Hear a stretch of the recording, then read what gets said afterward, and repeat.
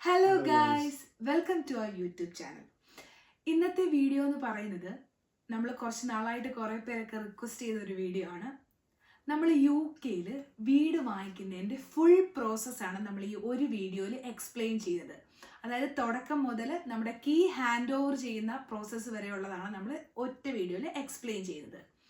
അപ്പം തുടങ്ങാം. അപ്പോൾ ഇതിന് മേജറായിട്ട് കുറച്ച് പോയിന്റ്സ് ഉണ്ട്. ആ പോയിന്റ്സ് വെച്ചാണ് നമ്മൾ എക്സ്പ്ലെയിൻ ചെയ്തത്. അപ്പോൾ ഫസ്റ്റ് പോയിന്റ് എന്ന് പറയുന്നത് നോ യുവർ ബഡ്ജറ്റ്. എന്താണ് പറഞ്ഞോളൂ. നോ യുവർ ബഡ്ജറ്റ് എന്ന് പറയുമ്പോൾ നമുക്കൊരു ഐഡിയ വേണം, എത്ര ആയിരിക്കും നമ്മൾ മേടിക്കാൻ പോകുന്ന വീടിന്റെ വില. മീൻസ് മോർഗേജ് എന്ന് പറയുന്നത് നോർമലി ഇപ്പം കിട്ടുന്ന ലോൺ എമൗണ്ട്, നമ്മൾ ബാങ്കിൽ ലോൺ എടുക്കുന്നതാണ് മോർഗേജ് എന്ന് പറയുന്നത്. ഇപ്പം നമുക്ക് എത്ര വരെ ബാങ്കിൽ നിന്ന് ലോൺ കിട്ടും എന്നുള്ളത് നമ്മൾ ബേസിക്കലി അറിഞ്ഞിരിക്കണം. അതായത് നമ്മൾ പറഞ്ഞാൽ നമുക്ക് UK ഇപ്പൊ പലതരത്തിലുള്ള വീട് കാണും. സെമി ഡിറ്റാച്ച്ഡ് കാണും, ഡിറ്റാച്ച്ഡ് കാണും, അല്ലെങ്കിൽ എൻ ടെറസ്ഡ് കാണും. അപ്പൊ നമുക്ക് കാണുമ്പോൾ എല്ലാം നല്ല ബ്യൂട്ടിഫുൾ ആണ്. അപ്പം ഇതിന് നമ്മൾ വിചാരിക്കുന്നത് നമുക്ക് കിട്ടണമെന്നില്ല. അപ്പൊ നമുക്ക് ആദ്യം ഒരു വീടിനെ പറ്റി നമ്മൾ സ്വപ്നം കാണുമ്പോൾ നമ്മൾ ആദ്യം നോക്കേണ്ടത് നമുക്ക് എത്ര ബഡ്ജറ്റിലുള്ള വീട് നമുക്ക് അഫോർഡ് ചെയ്യാൻ പറ്റുമെന്നുള്ള. അതാണ് നോ യുവർ ബഡ്ജറ്റ് എന്ന് പറയുന്നത്. അതിനകത്ത് വേറൊരു കാര്യങ്ങളുണ്ട്. മോർഗേജ് കിട്ടിക്കഴിയുമ്പോൾ ഇപ്പം നമുക്ക് മന്ത്ലി ഒരു പേയ്മെന്റ് വരുമല്ലോ അടയ്ക്കാനുള്ള. മാസം നമുക്ക് ഇത്ര വെച്ച് നമുക്ക് ബാങ്കിലേക്ക് തിരിച്ചടക്കണം. ആ എമൗണ്ടും നമുക്ക് മാനേജബിൾ ആണോ എന്ന് നോക്കണം. അതാണ് ഈ നോ യുവർ ബഡ്ജറ്റ് എന്നുള്ള പ്ലാൻ വരുന്നത്. അതായത് ടോട്ടൽ മോർഗേജ് എത്ര വരെ കിട്ടാം നമുക്ക്, അതൊരു പോയിന്റ്. സെക്കൻഡ് പോയിന്റ് എന്ന് പറഞ്ഞാൽ നമുക്ക് മാസം എത്ര അങ്ങോട്ട് അടയ്ക്കാൻ പറ്റും എന്ന് വെച്ചാൽ നമ്മുടെ സേവിങ്സും കാര്യങ്ങളെല്ലാം നോക്കി, അത് എക്സ്പെൻഡിച്ചറും കാര്യങ്ങളെല്ലാം നോക്കിയിട്ട് നമുക്ക് മന്ത്ലി നമ്മളെ കൊണ്ട് ബിയറബിൾ ആയിട്ടുള്ള എമൗണ്ട് എത്രയാണോ അത് നമ്മൾ ചെക്ക് ചെയ്യണം. അത് മോർഗേജ് അഡ്വൈസറിൻ്റെ അടുക്കെ പ്രിഫർ ചെയ്യുന്നതായിരിക്കും ഏറ്റവും ബെറ്റർ. കാര്യം അവർ കറക്റ്റായിട്ട് നമ്മുടെ എക്സ്പെൻഡിച്ചറും സേവിങ്സും എല്ലാം ലിസ്റ്റ് ഔട്ട് ചെയ്ത് കറക്റ്റായിട്ട് നമ്മളുടെ കയ്യിൽ ഇത്ര ബാലൻസ് കാണാം, അപ്പം നമ്മളെ കൊണ്ട് ഇത്ര മാനേജ് ചെയ്യാൻ പറ്റും, അപ്പം ഇത്ര ഇയേഴ്സ് ഉള്ള മോർഗേജ് എടുക്കുന്നതായിരിക്കും ബെറ്റർ. അങ്ങനെയുള്ള പ്ലാൻസ് എല്ലാം അവർ തരും. നോ യുവർ ബഡ്ജറ്റ് എന്ന് പറഞ്ഞാൽ ബേസിക്കലി അതാ, നമ്മളെ കൊണ്ട് എത്ര അഫോർഡ് ചെയ്യാൻ പറ്റും. ഇനിയും വേറെ കേസ് നമ്മൾ പറഞ്ഞാലും നമ്മളൊരു വീടിനെ പറ്റി നമ്മൾ ആഗ്രഹിക്കുമ്പോഴേ നമ്മൾ ഉടനെ ചാടിക്കയറി ഒരു മോർഗേജ് അഡ്വൈസറിനെ കാണണ്ടില്ല.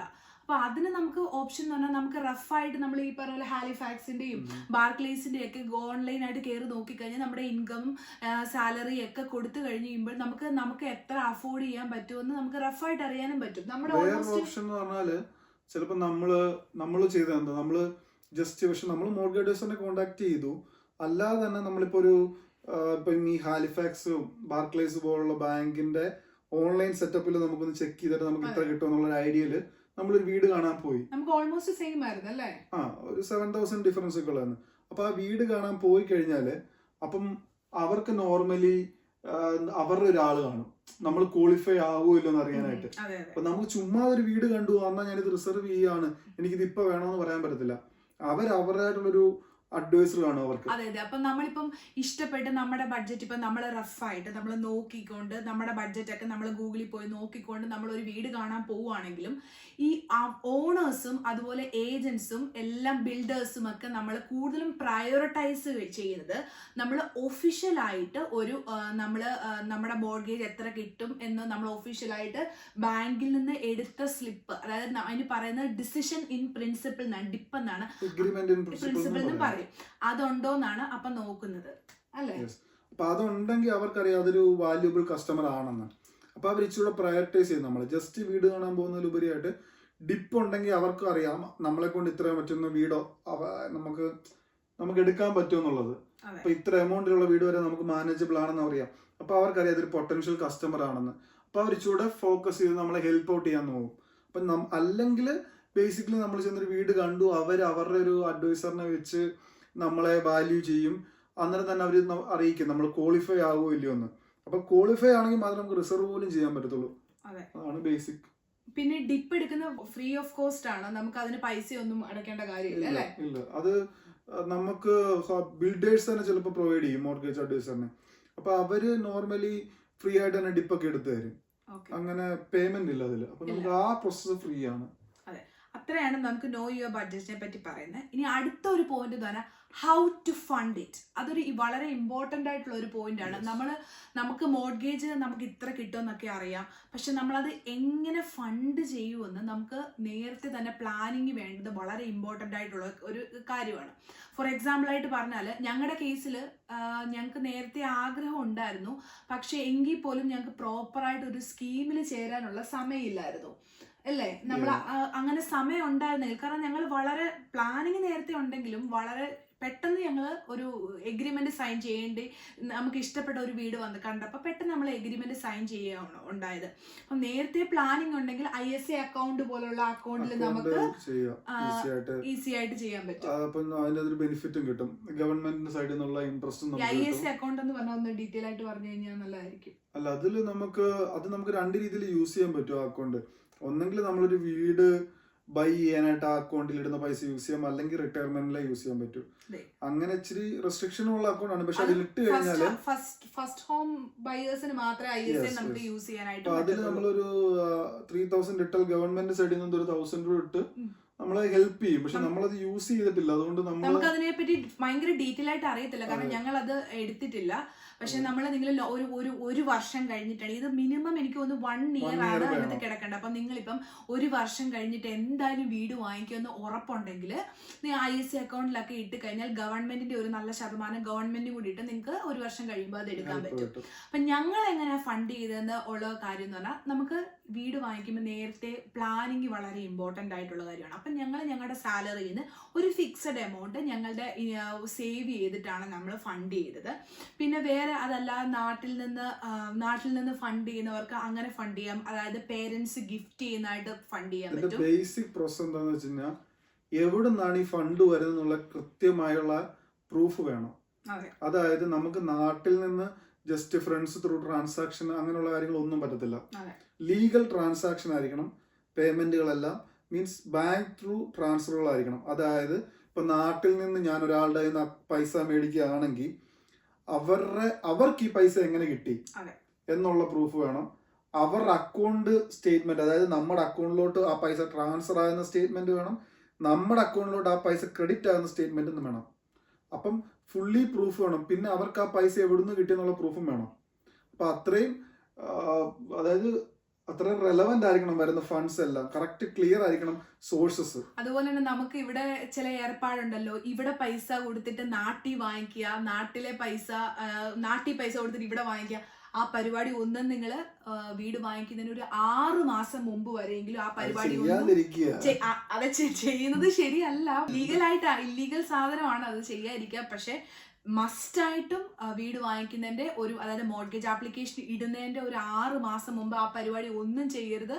അത്തരത്തിൽ പരിപാടി ചെയ്താൽ നിങ്ങളുടെ മോർഗേജ് ക്യാൻസൽ ആയി പോകും. അപ്പൊ അത് ചെയ്യാതിരിക്കുക. പിന്നെ സോഴ്സ് മസ്റ്റ് ആണ്. സേവിങ്സ് ആണെങ്കിൽ നമ്മുടെ ബാങ്ക് സ്റ്റേറ്റ്മെന്റ് കാണിച്ചാൽ മതി, നമ്മൾ സേവ് ചെയ്ത് വരുന്നവർക്ക് അറിയാൻ പറ്റും. പ്രത്യേകിച്ച് വെളിയിൽ നിന്ന് വരുന്ന സോഴ്സ് ആണെങ്കിൽ, ഇപ്പം അപ്പന്റെ അമ്മയുടെ കയ്യിൽ നിന്നാണെങ്കിൽ പോലും അവർക്ക് എവിടെ നിന്നാണ് കിട്ടിയത് ആ സോഴ്സസ് വേണം. അവരുടെ ബാങ്ക് സ്റ്റേറ്റ്മെന്റ്, നമ്മുടെ ബാങ്ക് സ്റ്റേറ്റ്മെന്റ്, പിന്നെ അവരിത് നമുക്ക് ഗിഫ്റ്റ് ആയിട്ടാണ് തരുന്നുള്ളതിന്റെ ലെറ്ററും വേണം. അതായത് ഇപ്പൊ ഇന്ന ആൾക്ക് ഞാൻ ഈ പൈസ കൊടുക്കുകയാണ്, ഇന്നാളുടെ മകനാണ്, ഇന്നാൾക്ക് ഞാൻ പൈസ കൊടുക്കുകയാണ്, ഈ പൈസ എനിക്ക് തിരിച്ചു വേണ്ട എന്നുള്ള ഗിഫ്റ്റ് ലെറ്റർ വരെ പ്രൊവൈഡ് ചെയ്യേണ്ടി വരും. അത്രയും ഡീറ്റെയിൽ ആയിട്ട് വേണ്ടി വരും. അപ്പൊ അതിലും ബെറ്റർ നമ്മളിവിടെ സേവ് ചെയ്യുന്നതായിരിക്കും. കാരണം നാട്ടിൽ നിന്ന് പൈസ അയക്കാൻ പോയാൽ ഇപ്പോഴത്തെ പൗണ്ട് റേറ്റ് വെച്ച് നമുക്ക് വൻ നഷ്ടമാണ്. നമുക്ക് ഓൾമോസ്റ്റ് നല്ലൊരു എമൗണ്ട് തന്നെ നഷ്ടം സംഭവിക്കും. അപ്പൊ ഇവിടെ സേവ് ചെയ്യുന്നതാണ് ഏറ്റവും ഓപ്ഷൻ. പിന്നെ ഒരു വർഷമോ 1.5 വർഷമോ കഴിഞ്ഞോ വാങ്ങിക്കാൻ ഉദ്ദേശിക്കുന്നെങ്കിൽ ISA അക്കൗണ്ടിൽ ഇടുന്നത് ബെസ്റ്റ് ഓപ്ഷൻ ആണ്. അത്രയാണ് നമുക്ക് ആ ഒരു പോയിന്റിൽ പറയാനുള്ളത്. അടുത്തത് ഇമ്പോർട്ടൻ്റ് ആയിട്ടുള്ള ഒരു പോയിന്റ് എന്ന് പറഞ്ഞാൽ, ഒരു നല്ല മോർഗേജ് അഡ്വൈസറിനെ കണ്ടുപിടിക്കുക എന്നുള്ളത്. Find a mortgage advisor. അപ്പം നമ്മുടെ കേസിൽ ഞാൻ ആദ്യം നോക്കിക്കൊണ്ടിരുന്നത് എല്ലാം മലയാളി മോർഗേജ് അഡ്വൈസേഴ്സ് ഉണ്ടോ, അങ്ങനെ നമ്മൾ കുറേ അപ്പോയിൻമെന്റ് ഒക്കെ എടുത്തു. പക്ഷെ ഒബ്വിയസ്ലി നമ്മൾ പറയുമെങ്കിൽ ഒന്നിലും നമ്മൾ സാറ്റിസ്ഫൈഡ് അല്ലായിരുന്നു. ഓണസ്റ്റ് ആയിട്ട് പറഞ്ഞാൽ അവർക്കെല്ലാം ഒരു ഇൻഷുറൻസ് നമ്മളെ കൊണ്ട് എടുപ്പിക്കാനുള്ള, ബേസിക്കലി നമ്മളൊരു ഇന്റർവ്യൂവിന് ഇരിക്കുന്ന മീൻസ് ഒരു മീറ്റിംഗിന് ഇരിക്കുന്നത്, നമുക്ക് വീടിന്റെ കാര്യങ്ങൾ എത്ര നമുക്ക് ഫണ്ട് കിട്ടും, നമുക്ക് എങ്ങനെയൊക്കെയാണ് ഫണ്ട് നമുക്ക് അറേഞ്ച് ചെയ്യാൻ പറ്റുന്നത്, മീൻസ് ഏത് ടൈപ്പ് ഓഫ് വീട് നമുക്ക് എടുക്കാൻ പറ്റും, അല്ലെങ്കിൽ ഇൻട്രസ്റ്റ് റേറ്റ് എത്ര ആയിരിക്കും നമ്മൾ എടുക്കുമ്പോൾ, ഇതെല്ലാം നമ്മൾ അറിയാതിരിക്കുമ്പോൾ അവർ ജസ്റ്റ് ഒരു 5 മിനിറ്റ് മോഡ്ഗേജിന്റെ കാര്യങ്ങളെല്ലാം പറയും. പിന്നെ ഇൻഷുറൻസ് ആണ്. നിങ്ങളുടെ എല്ലാരും ലൈഫ് എല്ലാരും പോയാൽ ഇങ്ങനെയാണെന്ന് നമ്മൾ അല്ല, പറയുന്നില്ല. എല്ലാരും അല്ല, നമ്മള് കുറച്ച് മലയാളികളുമായിട്ട് മലയാളി മോഡ്ഗേജ് അഡ്വൈസറുമായിട്ട് നമ്മൾ കുറെ മീറ്റിംഗ്സ് ഉണ്ടായിരുന്നു. പക്ഷെ നമുക്ക് പേഴ്സണലി ഫീൽ ചെയ്തത് നമ്മുടെ മാത്രം അഭിപ്രായമാണ്. അതുകൊണ്ട് ആരുടെ പേരൊന്നും പറയുന്നില്ല. അപ്പം അതുകൊണ്ട് ആ സ്റ്റേജ് അങ്ങ് ക്ലോസ് ചെയ്ത് നമ്മൾ പിന്നെ നമ്മുടെ ബിൽഡേഴ്സ്, നമ്മൾ വാങ്ങിച്ച മോഡ്ഗേജ് അഡ്വൈസർ, നമ്മുടെ വാങ്ങിച്ച വീട് വാങ്ങിച്ച അവർ തന്നെ നമുക്കൊരു പെർഫെക്റ്റ് ആയിട്ട് മോഡ്ഗേജ് അഡ്വൈസറിനെ അവരുടെ തന്നെ തരുമായിരുന്നു. നിങ്ങൾക്ക് ആരാണോ, ഏത് മോഡ്ഗേജ് അഡ്വൈസർ ആണോ സ്യൂട്ടബിൾ ആയിട്ട് തോന്നുന്നത് അവരെ എടുക്കുക. പെർഫെക്റ്റ്ലി നിങ്ങളുടെ ചോയ്സ് ആണ്. മലയാളീസ് ആണെങ്കിൽ മലയാളീസ്, അല്ലെങ്കിൽ ഇംഗ്ലീഷുകാരാണെങ്കിൽ ഇംഗ്ലീഷുകാർ, ആരാണോ പെർഫെക്റ്റ്ലി നിങ്ങളെ ഹെൽപ്പ് ചെയ്യുന്നത് അവരെ ചൂസ് ചെയ്യുക എന്നുള്ളതാണ് അതിനെപ്പറ്റി പറയാനുള്ളത്. അടുത്ത പോയിന്റ് ആണ് ഈ മോഡ്ഗേജ് അഡ്വൈസറിനെ കണ്ടു കഴിഞ്ഞിട്ടുള്ള പോയിന്റ് ആണ് ഡിപ്പ് എടുക്കുക, ഡിസിഷൻ ഇൻ പ്രിൻസിപ്പിൾ എടുക്കുക എന്നുള്ളത്. ഡിപ്പ് എന്ന് പറഞ്ഞാൽ ഏറ്റവും റെലവെന്റ് ആയിട്ടുള്ള കാര്യം, ഫസ്റ്റ് ഒരു സ്റ്റെപ്പ് എന്ന് വേണമെങ്കിൽ പറയാം. അതായത് വളരെ ഇമ്പോർട്ടന്റ് ആയിട്ടുള്ള ഫസ്റ്റ് സ്റ്റെപ്പ് എന്ന് പറഞ്ഞാൽ അതാണ് ഡിപ്പ് എടുക്കുക എന്ന് പറഞ്ഞാൽ. ഡിപ്പിൽ നമുക്ക് അവര് നമ്മുടെ ഡീറ്റെയിൽസ്, ഫുൾ ഡീറ്റെയിൽസ് നമ്മൾ ചോദിക്കും. നമ്മുടെ 3 months ബാങ്ക് സ്റ്റേറ്റ്മെന്റ് നമ്മൾ ഓവർ ടൈം ചെയ്യുന്നുണ്ടോ, നമ്മൾ എന്തൊക്കെയാണ് ക്രെഡിറ്റ് കാർഡ്, നമ്മുടെ അവൈലബിൾ ആയിട്ടുള്ള ബാലൻസുകൾ, എല്ലാ കാര്യങ്ങളും, പേയ്മെന്റ് ഹിസ്റ്ററീസ് എല്ലാം അവർ ചോദിക്കും. അതിൽ നിന്ന് അവർ ഒരു ഡിസിഷൻ പ്രിൻസിപ്പിൾ എടുക്കും. അതായത് അവർ ബാങ്കുമായിട്ട് കണക്ട് ചെയ്ത് ഞങ്ങളുടെ ബാങ്ക് ബാർക്ലേസ് ആയിരുന്നു. അപ്പോൾ ബാർക്ലേസ് ഞങ്ങൾക്കൊരു ഡിസിഷൻ പ്രിൻസിപ്പിൾ തന്നു. അതായത് നമുക്ക് ഇത്ര രൂപയാണ് നമുക്ക് അവർ അലോട്ട് ചെയ്യാൻ പറ്റുന്ന മാക്സിമം എമൗണ്ട് എന്ന് പറഞ്ഞൊരു തുക അവർ പറയും കറക്റ്റ്.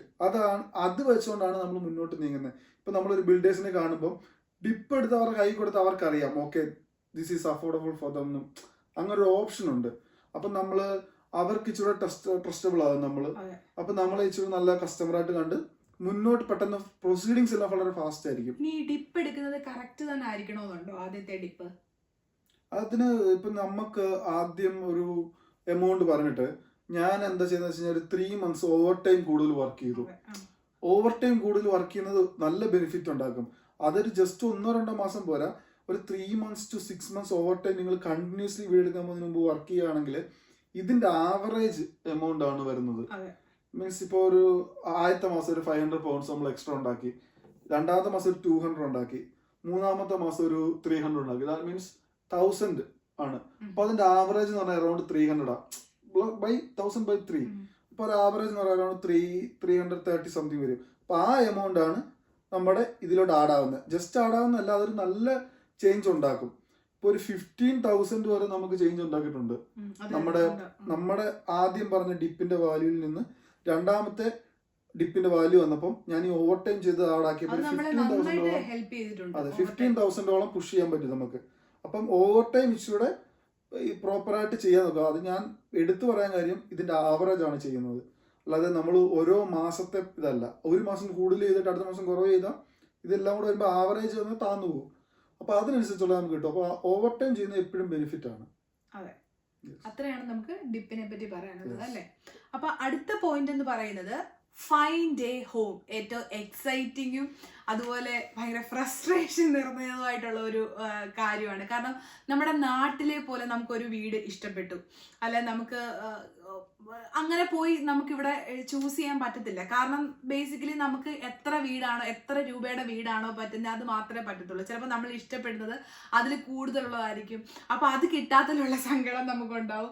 അങ്ങനെ അപ്പൊ പെർഫെക്റ്റ് ആയിട്ട് ഒരു വീട് കണ്ടുപിടിക്കാൻ നമ്മുടെ ഡിപ്പിന് നമുക്ക് അഫോർഡബിൾ ആയിട്ടുള്ള ഒരു വീട് കണ്ടുപിടിക്കുക എന്ന് പറഞ്ഞാൽ ഇമ്പോർട്ടന്റ് ആയിട്ടുള്ള ഒരു കാര്യമാണ്. അപ്പൊ നമുക്കിപ്പം ബേസിക്കലി നമ്മൾ 2 years കംപ്ലീറ്റ് ആണെങ്കിൽ നമുക്ക് 10% കിട്ടും അല്ലെ. 2 years നമ്മൾ UK husband and wife completed ആണെങ്കിൽ നമുക്ക് നോർമലി ആ വീടിന്റെ 10% നമുക്ക് നോർമലി കിട്ടുന്നത്. പക്ഷേ നിങ്ങൾ അങ്ങനെ കരുതുന്നത് 10% നമുക്ക് ഡെപ്പോസിറ്റ് നമുക്ക് ഇനിഷ്യലി കൊടുത്താൽ മതി. 90% ബാങ്ക് തരും, 10% നമ്മുടെ കയ്യിൽ നിന്ന് ഇടുക. അതാണ് അതിന്റെ ഇത്. പക്ഷേ നിങ്ങൾ എന്നും പറഞ്ഞ് വേറെ നോക്കാതിരിക്കരുത്. കാരണം ധാരാളം ബിൽഡേഴ്സ് ഈ വീടുകള് അവർക്ക് ഇത്ര ടാർഗറ്റ് കാണും, ഒരു മാസം ഇത്ര അവർക്ക് വിറ്റ് പോകണമെന്ന് പറഞ്ഞ ടാർഗറ്റ് ഉള്ളത് കൊണ്ട് പലതും ഈ ഓഫറിലിടും. അതായത് 10% വരെ 5% ഇടും. അപ്പം നിങ്ങൾ എന്തായാലും മസ്റ്റായിട്ട് നല്ല ഒരു തറോ ഇൻവെസ്റ്റിഗേഷൻ നന്നായിട്ട് ചെക്ക് ചെയ്യണം. അങ്ങനെ ചെക്ക് ചെയ്ത് കഴിയുമ്പോൾ ചിലപ്പം 10% 5% എന്ന് പറഞ്ഞാൽ ഭയങ്കര വ്യത്യാസമാണ്. അത്രയും കുറച്ച് എമൗണ്ട് നമ്മൾ ആദ്യം ഇനിഷ്യൽ ഡെപ്പോസിറ്റ് കൊടുത്താൽ മതി. അപ്പം ഞങ്ങളുടെ കേസിൽ ഞങ്ങളും നോക്കിയായിരുന്നു. അപ്പം നിങ്ങൾ വീടെടുക്കുന്നതിന് മുമ്പ് 10%, ഞങ്ങൾ 2 വർഷമായി ആ കൊടുക്കുന്നതെന്ന് പറഞ്ഞിരിക്കരുത്. നിങ്ങൾ നന്നായിട്ട് നോക്കി 5% കിട്ടുമെങ്കിൽ അത് തന്നെയാണ് ഏറ്റവും നല്ലൊരു ഓപ്ഷൻ.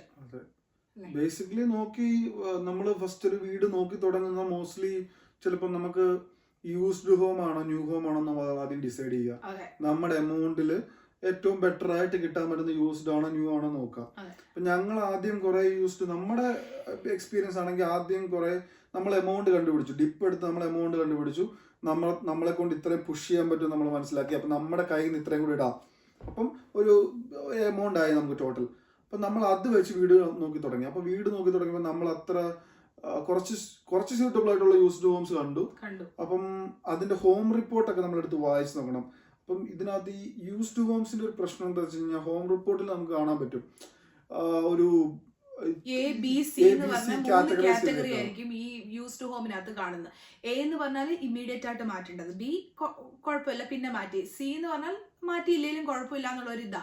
അപ്പൊ നമുക്കൊരു വീട് ഇതുപോലെ ഇഷ്ടപ്പെട്ട് ബാക്കി എല്ലാം ഓക്കെ, പക്ഷെ എന്താന്ന് വെച്ചാല് ഇമ്മീഡിയറ്റ് ആയിട്ട് മാറ്റേണ്ട കേസിൽ നിന്നാണ് ബോയിലർ അല്ലേ? അതെ.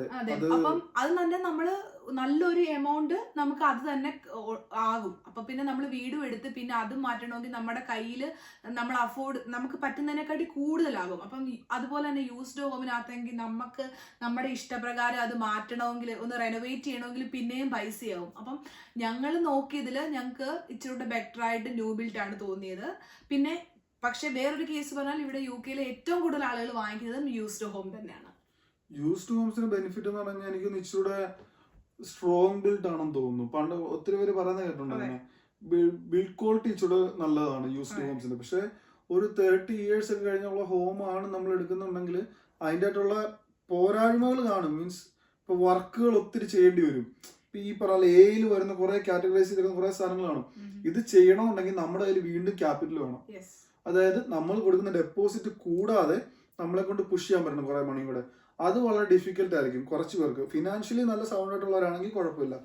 അപ്പം നമ്മളെ സംബന്ധിച്ചോളം നമ്മൾ അത്രയും കൂടെ പുഷ് ചെയ്യാന്ന് പറഞ്ഞാൽ നമ്മളെ കൊണ്ട് നടക്കുന്ന കേസല്ലായിരുന്നു. അപ്പം നമ്മളൊരു ന്യൂ ബിൽഡ് നോക്കിയിട്ട് നമുക്ക് ഏറ്റവും ബെനിഫിഷ്യൽ ആയിട്ട് തോന്നിയ കാര്യം എന്ന് പറഞ്ഞാൽ ബിൽഡേഴ്സ് എപ്പോഴും 2 year വാറണ്ടി തരും. പിന്നെ NHBC national home builders society എന്നാണെന്ന് തോന്നുന്നു, എൻ്റെ ഞാൻ മറന്നുപോയി.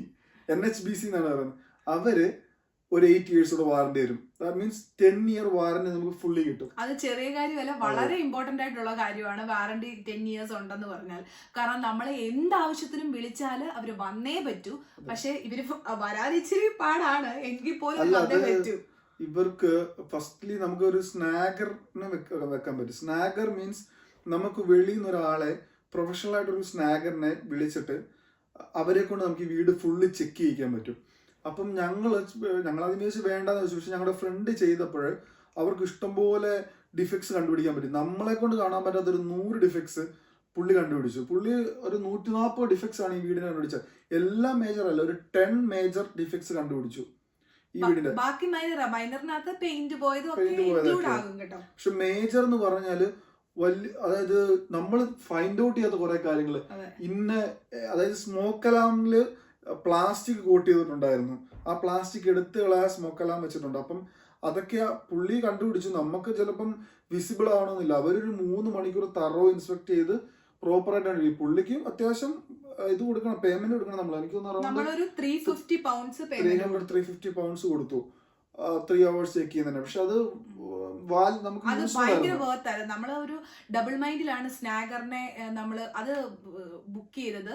പക്ഷെ അത് ഭയങ്കര വെർത്തായിരുന്നു. കാരണം നമ്മൾ ഈ റിപ്പോർട്ട് കൊടുത്തപ്പോൾ നമ്മൾ വിചാരിച്ചു ഈ 100 pointsഉം ഇവരത് എടുക്കത്തില്ല, ഈ ബിൽഡേഴ്സ് അത് ശരിയാക്കി തരത്തില്ല എന്നൊക്കെ ഒരു മൈൻഡ് ഉണ്ടായിരുന്നു. പക്ഷെ പിറ്റേ ദിവസം അവര് വന്നത് ഈ 100 pointsഉം കൂടെ പെയിന്ററിന് അലോക്കേറ്റ് ചെയ്താണ് അവർ വന്നത്. അപ്പൊ അത് അവര് ചെയ്ത് തന്നേ പറ്റൂ. അതെ, അപ്പൊ അവരത് ഫുള്ള് ചെയ്തു തന്നു. പിന്നെ എന്താന്ന് വെച്ചാൽ നമ്മൾ താമസിച്ച് തുടങ്ങുമ്പം ഒത്തിരി കംപ്ലൈൻസ് വരും. ഇപ്പൊ അവര് തന്നെ പറയുന്നുണ്ട് ക്രാക്സ് വരാം, ന്യൂ ബിൽഡിൽ ക്രാക്സ് വരാം. ഒരു 1.5 year കഴിയുമ്പോൾ സെറ്റിൽഡ് ആവും വീട്. ജിപ്സം ആണ് കൂടുതൽ യൂസ് ചെയ്യുന്നത്. അപ്പൊ ഇത് സെറ്റിൽഡ് ആകുമ്പോഴത്തേക്ക് ക്രാക്സ് വരാം. ഇതെല്ലാം ഈ വാറണ്ടിക്കകത്ത് ഇൻക്ലൂഡ് ആവും. നമുക്ക് വീടിന് എന്ത് സംഭവിച്ചാലും അത് വാറണ്ടിയിൽ ഇൻക്ലൂഡ് ആയിരിക്കും. അപ്പൊ അത് അവർക്ക് അവരുടെ ഉത്തരവാദിത്തമാണ് തിരിച്ച് റെഡിയാക്കി തരിക എന്നുള്ളത്. ഇവരുടെ ഈ 2 years കഴിഞ്ഞ് കഴിഞ്ഞാൽ NHBC ഉണ്ട്, അവരുടെ വാറണ്ടിയിൽ കവറായി പോകും. അതാണ് ന്യൂ ബിൽഡിന്റെ ഒരു ഗുണം. ഓൾഡ് ആണെങ്കിൽ വാട്ട് എവർ ഹാപ്പൻസ് നമ്മൾ അതിന്റെ ഉത്തരവാദിത്തം നമ്മളത് ചെയ്തിരിക്കണം, നമ്മളത് ഫിനിഷ് ചെയ്യാന്നുള്ളേ ഉള്ളൂ. അപ്പൊ അതിനുള്ള മണി നമ്മൾ കണ്ടെത്തുക എന്നുള്ളത് വളരെ ഇമ്പോർട്ടന്റ് ആയിട്ടുള്ള കാര്യമാണ്. അതുപോലെ തന്നെ ഈ പറഞ്ഞ പോലെ ന്യൂ ബിൽഡിനാണെങ്കിൽ എനർജി എഫിഷ്യന്റ് ആണ് ഈ പുതിയ ന്യൂ ബിൽഡ് അല്ല. ന്യൂ ബിൽഡിന്റെ ഒരു നമുക്കുണ്ടായ ഒരു ബെനിഫിറ്റ് എന്ന് പറഞ്ഞാല് നമ്മുടെ ഇൻട്രസ്റ്റ് റേറ്റ് ഒരു 0.1 കുറഞ്ഞു. കാരണം ന്യൂ ബിൽഡിന്റെ EPC റേറ്റിംഗ്, അതായത് എനർജിയുടെ റേറ്റിംഗ്സ് വളരെ കുറവായിരിക്കും. അത് തന്നെയുള്ള സോളാർ പാനൽസ് ഒക്കെ അവർ മോസ്റ്റ്ലി ഫിറ്റ് ചെയ്യും. മിക്ക ന്യൂ ബിൽഡിലും കാണും സോളാർ പാനൽസ്. അപ്പം EPC റേറ്റിംഗ് നമുക്ക് കുറവായിരുന്നു, എന്തോ BO AO എന്തോ ആണ്. അപ്പം അത് വെച്ച് ഗ്രീൻ ഹൗസിനകത്ത് ഉൾപ്പെടുത്തി അതിന്റെ ഇൻട്രസ്റ്റ് റേറ്റ് വീണ്ടും കുറഞ്ഞു. അപ്പൊ ഒരു 0.1 നമുക്ക് അതിന് ഇൻട്രസ്റ്റ് റേറ്റ് 0.1 എന്ന് പറയുമ്പോൾ അത് ലോങ് ടൈം റണ്ണിൽ അതൊരു വലിയ എമൗണ്ട് ആണ് വരുന്നത്. അത് അവര് കുറച്ച് തന്നു നമുക്ക്. അപ്പൊ അത് അങ്ങനെ ഒരു ബെനിഫിറ്റ് ഉണ്ടായി നമുക്ക് ന്യൂ ബിൽഡ് എടുത്തതുകൊണ്ട്. പക്ഷെ ഇത് പെർഫെക്റ്റ്ലി ഓരോരുത്തരുടെ ചോയ്സ് ആണ്. ഇന്നത് കൊള്ളാം, ഇന്നത് നല്ലതെന്ന് നമുക്ക് പറയാനേ പറ്റത്തില്ല. ന്യൂ ബിൽഡ് പ്രിഫർ ചെയ്യുന്നവർക്ക് ന്യൂ ബിൽഡ് പ്രിഫർ ചെയ്യാം, ഓൾഡ് ആണ് പ്രിഫർ ചെയ്യുന്നവർക്ക് ഓൾഡ് പ്രിഫർ ചെയ്യാം. ഇത് പെർഫെക്റ്റ്ലി പേഴ്സണൽ ചോയ്സ് ആണ്. ഞങ്ങൾ ഞങ്ങളുടെ എക്സ്പീരിയൻസ് പറഞ്ഞതേ ഉള്ളൂ. അപ്പൊ അടുത്ത പോയിന്റ് എന്ന് പറഞ്ഞാൽ make an offer and reserve. അതെ, അതിങ്ങനെ അഡ്വർടൈസ് ചെയ്യുന്നത് തന്നെ അണ്ടർ ഓഫർ, ഓവർ ഓഫർ എന്ന് പറഞ്ഞാൽ ചിലപ്പം നമ്മൾ ഒരു ഓൾഡ് ഹൗസ് നമ്മള് വ്യൂവിങ്ങിന് കൊടുത്താല് ചിലപ്പോൾ അണ്ടർ ഓഫർ എന്നായിരിക്കും കിടക്കുന്നത്. അണ്ടർ ഓഫർ മീൻസ് അത് ആരോ ഓഫർ ചെയ്ത് ഇട്ടേക്കുന്ന വീടാ, അത് ഫുള്ളി പ്രോസസ്ഡ് ആയിട്ടില്ല, എന്നാലും ആരോ അണ്ടറിൽ, അതായത് അവർ ഒരു ഓഫർ ചെയ്തിട്ടേക്കാണ് ആ വീടിന്, അതിനാണ് അണ്ടർ ഓഫർ എന്ന് പറയുന്നത്. അപ്പം ഞങ്ങൾ ആദ്യം കരുതി മറ്റേ 2.5 എപ്പിച്ചൂടെ കുറയും, ഓവർ ഓഫർ ആണെങ്കിൽ 2.5 കൂടുതലും. അങ്ങനല്ല സംഭവം. അതെന്ന് പറയാം ബേസിക്കലി ഇത്രേ ഉള്ളൂ. നമ്മള് ഒരു വീട് കണ്ട് നമുക്ക് ഇപ്പം ഓൾഡ് ആണെങ്കിൽ സൈറ്റുകൾ ചെക്ക് ചെയ്യാം, ഗംട്രി, സൂപ്ല പോലുള്ള സൈറ്റ്സ് ചെക്ക് ചെയ്തിട്ട് നമുക്കൊരു ഓൾഡ് ഹൗസ് വ്യൂയിങ്ങിന് കൊടുത്ത് നമുക്ക് പോയി കണ്ട് നമുക്ക് ഇഷ്ടപ്പെട്ടാൽ എടുക്കുക, അല്ലെങ്കിൽ വേണ്ട. ഇത് രണ്ടാമത്തെ എന്ന് പറഞ്ഞാൽ ന്യൂ ബിൽഡ് ആണെങ്കിൽ കൂടുതലും അവരുടെ ബിൽഡേഴ്സിന്റെ പേജുകളുണ്ട്. ഇപ്പൊ ഭാരത് ഹോംസ്, ക്യാല ഹോംസ്, പെർസിമന്, പിന്നെ ബെൽവേ ഉണ്ട്, പിന്നെ അങ്ങനെ കുറെ ഹോംസ് ഉണ്ട്. അപ്പൊ ഇതിൽ ഇവരുടെ പേജുകളിൽ ചെക്ക് ചെയ്ത് കഴിഞ്ഞാൽ നമ്മുടെ എമൗണ്ടിന് പറ്റിയ വീട് ഏതാണ്. ചിലപ്പോൾ 5% ഡെപ്പോസിറ്റിലൊക്കെ അതിനകത്ത് വീടുകൾ കാണാം. അപ്പൊ അത് കിട്ടിയച്ചൂടെ ബെനിഫിറ്റ് ആണ്. 5% നമ്മൾ എടുത്താൽ മതി, ബാക്കി 5% നമ്മുടെ കയ്യിലിരിക്കും. അപ്പം ഒരു വീട് മേടിച്ച് ഇഷ്ടം പോലെ കാര്യങ്ങൾ ചെയ്യാനുണ്ട്. അപ്പൊ അതിനാ ബാക്കിയുള്ള നമ്മുടെ കയ്യിലുള്ള എമൗണ്ട് നമുക്ക് യൂസ് ചെയ്യാൻ പറ്റും. അപ്പൊ നമ്മൾ ഈ ഒരു ഓഫർ ഇപ്പം ന്യൂ ബിൽഡിന്റെ കേസിലാണെങ്കിൽ അവർ പറയുന്ന ഒരു എമൗണ്ട് തന്നെ നമ്മൾ കൊടുക്കണമെന്നില്ല. നമുക്ക് ബാർഗെയിനിങ് ഇസ് വെരി ഇമ്പോർട്ടൻറ്റ്. നമുക്ക് ബാർഗെയിൻ ചെയ്യാൻ പറ്റും. കാരണം ഞങ്ങളുടെ ഈ വീട് തന്നപ്പോൾ നമുക്ക് പല കാര്യങ്ങൾ ഇൻക്ലൂഡ് അല്ലായിരുന്നു. ഫോർ എക്സാമ്പിൾ ഫ്ലോറിങ്, പിന്നെ എന്തായിരുന്നു, കാർപ്പറ്റ്സ് ഇൻക്ലൂഡ് അല്ലായിരുന്നു, ഫ്ലോറിംഗ് ഇൻക്ലൂഡ് അല്ലായിരുന്നു. പക്ഷെ നമ്മൾ അവരോട് പറഞ്ഞു, നമ്മൾ ബാർഗെയിൻ ചെയ്തു, നമുക്ക് അതുകൂടെ ചെയ്തു തന്നാൽ നമുക്കത് വീടെടുക്കാമെന്ന് നമ്മൾ പറഞ്ഞപ്പോൾ അവരത് അക്സെപ്റ്റ് ചെയ്യുമായിരുന്നു. അപ്പം ന്യൂ ബിൽഡിന്റെ കേസിൽ നമ്മൾ ബാർഗെയിൻ ചെയ്യുക, മാക്സിമം പ്രൊഫഷണലായിട്ട് ബാർഗെയിൻ ചെയ്താൽ അത് അവർ ബിൽഡേഴ്സ് അക്സെപ്റ്റ് ചെയ്യാൻ വളരെ ചാൻസ് കൂടുതലാണ്. കാരണം അവരുടെ മെയിൻ ഇമ്പോർട്ടൻ്റ് ആയിട്ടുള്ള കാര്യം ഈ വീട് വിറ്റ് പോകുക എന്നുള്ളതാണ്. പക്ഷെ ഓൾഡിന്റെ കേസിൽ വരുമ്പോൾ ഓഫേഴ്സ് ഓവർ എന്ന് പറഞ്ഞ് കിടക്കുവാണെങ്കിൽ ഏറ്റവും കൂടുതൽ ഓഫർ ആര് തരുന്നോ അവർക്കായിരിക്കും ആ വീട് പോകുന്നത്. അപ്പം ഇതാണ് ന്യൂ ബിൽഡും ഓൾഡും കൂടെ ഓൾഡ് ഹൗസിന് എനിക്ക് തോന്നുന്നു, ഓൾഡ് ഹൗസിന് നമ്മൾ ഹോം റിപ്പോർട്ട് വ്യക്തമായിട്ട് പഠിച്ചിരിക്കണം. വേറൊരു ഇമ്പോർട്ടന്റ് കാര്യം, ഈ ഹോം റിപ്പോർട്ടിൽ എല്ലാ കാര്യം ഉണ്ടാകണമെന്നില്ല. കാരണം ഞങ്ങൾക്ക് അറിയാവുന്ന ഞങ്ങളുടെ ഫ്രണ്ട്സ് ഇതുപോലെ തന്നെ വീട് ഓൾഡ് പോയി നോക്കിയപ്പോൾ അവർക്ക് ഹോം റിപ്പോർട്ടിൽ ഇല്ലാത്ത ഒരു കാര്യം കണ്ടുപിടിച്ചു. അപ്പൊ അതെന്ന് പറഞ്ഞാൽ സീരിയസ് ആയിട്ടുള്ള സ്ട്രക്ചറൽ എറർ ആയിരുന്നു. അപ്പൊ അങ്ങനെയുള്ള കേസസും നമുക്ക് ഉണ്ടാകാൻ ചാൻസ് ഉണ്ട്. അതെല്ലാം ഫുള്ളി നോക്കുക എന്നുള്ളതാണ് അതിന്റെ ബേസിക്. ന്യൂ ബിൽഡ് ആകുമ്പോൾ ഇച്ചിരി കോൺഫിഡന്റ് ആയിട്ട് നമുക്ക് മൂവ് ഓൺ ചെയ്യാൻ പറ്റും. ഈ 10 year വാറന്റി എന്ന് പറഞ്ഞ സാധനം ഉള്ളതുകൊണ്ട്. അപ്പൊ മേക്ക് ആൻ ഓഫർ എന്ന് പറയുമ്പോൾ നമുക്ക് ഫസ്റ്റ് ചെയ്യാൻ പറ്റുന്ന, ന്യൂ ബിൽഡിന് ചെയ്യാൻ പറ്റുന്ന എന്ന് വെച്ച് കഴിഞ്ഞാൽ പോവുക, നമ്മളുടെ കയ്യിൽ ഡിപ്പ് ഉണ്ടാകുന്നുണ്ടെങ്കിൽ നമുക്ക് റിസർവ് ചെയ്യാം വീട്. നമ്മൾ റിസർവ് ചെയ്തത് ഒരു 500 pounds കൊടുത്താണ് നമ്മൾ റിസർവ് ചെയ്തത്. നമ്മൾ റിസർവ് ചെയ്ത് കഴിഞ്ഞ് പിന്നെ ഒരു 3 months കഴിഞ്ഞാണ് നമുക്കൊരു 3 months അല്ല 45 daysനുള്ളിൽ ഒരു മിസ്സീവ് സൈനിങ് എന്ന് പറയും. അതായത് നമ്മൾ കോൺട്രാക്ട് സൈൻ ചെയ്യുകയാണ്. അതാണ് നമ്മുടെ അടുത്ത process, secure your mortgage application. അടുത്ത പോയിന്റ്.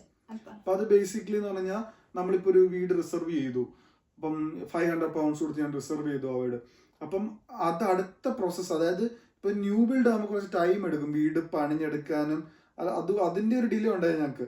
ചിലപ്പോൾ ന്യൂ ആണ്, ഓൾറെഡി റെഡി ടു മൂവിനാണെങ്കിൽ ചിലപ്പോൾ പ്രോസസ്സ് ഫാസ്റ്റ് ആയിരിക്കും. അപ്പൊ ഞങ്ങൾക്ക് ഉണ്ടായിരുന്ന ടൈം പീരീഡ് എന്ന് പറഞ്ഞു കഴിഞ്ഞാൽ നമ്മൾ എന്ന് റിസർവ് ചെയ്യുന്നോ അന്ന് തൊട്ട് 45 ഡേയ്സിനുള്ളിൽ കോൺട്രാക്ട് സൈൻ ചെയ്തിരിക്കണം. അപ്പം മിസ്സീവ് സൈനിങ് എന്നാണ് അവരിവിടെ പറയുന്നത്. അപ്പോൾ അതൊരു 2000 പൗണ്ട്സോളമാണ് നമ്മൾക്ക് കൊടുക്കേണ്ടി വന്നത്. അപ്പം അതുകൂടെ കൊടുത്തിട്ട് നമ്മളത് സെക്യൂറായി. അതും ചെയ്ത് മിസ്സീവ് സൈനിങ്, നമ്മുടെ സൈനിങ്ങുകൾ, നമ്മുടെ പേയ്മെന്റ്സ് എല്ലാം ചെയ്യുന്നത് സോളിസിറ്റേഴ്സ് ആണ്.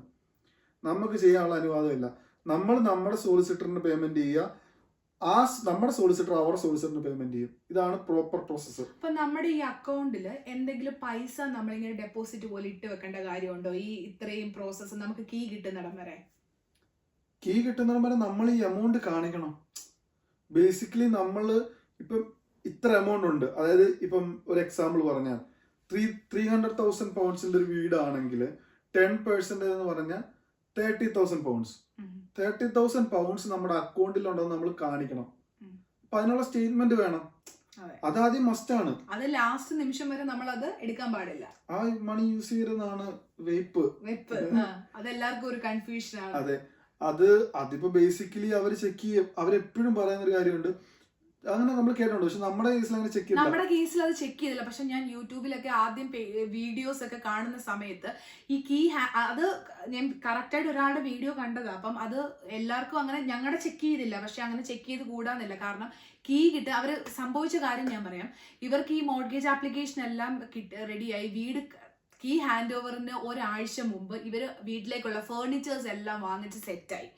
അപ്പം ഈ കീ കിട്ടുന്നതിന്റെ തലേന്ന് ഇവർക്ക് ബാർക്ലേസിന്റെ വക വലിയൊരു ചെക്കിംഗ് ഉണ്ടായിരുന്നു.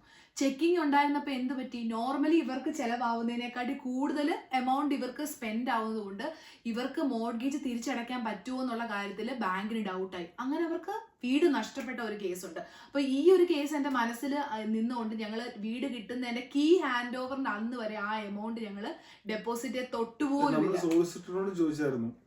അപ്പൊ അവരും പറഞ്ഞത് ഫോർ എ സേഫ് സൈഡ് തൊടാതിരിക്കുക, അതാണ് ബെറ്റർ. അപ്പൊ ആ എമൗണ്ട് നമ്മൾ ഫസ്റ്റ് നമ്മുടെ അക്കൗണ്ടിലാക്കിയിട്ട് അതിന്റെ സോഴ്സസ് എല്ലാം കാണിക്കേണ്ടി വരും.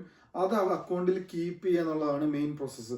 അപ്പൊ ഈ മിസ്സീവ് സൈനിങ് എന്ന് പറയുമ്പോൾ അതാണ് അതായത് മ്യൂച്വൽ കോൺട്രാക്ട് ആണ്. അതോടെ നമ്മുടെ ഏകദേശം നമ്മൾ സേഫ് ആയി.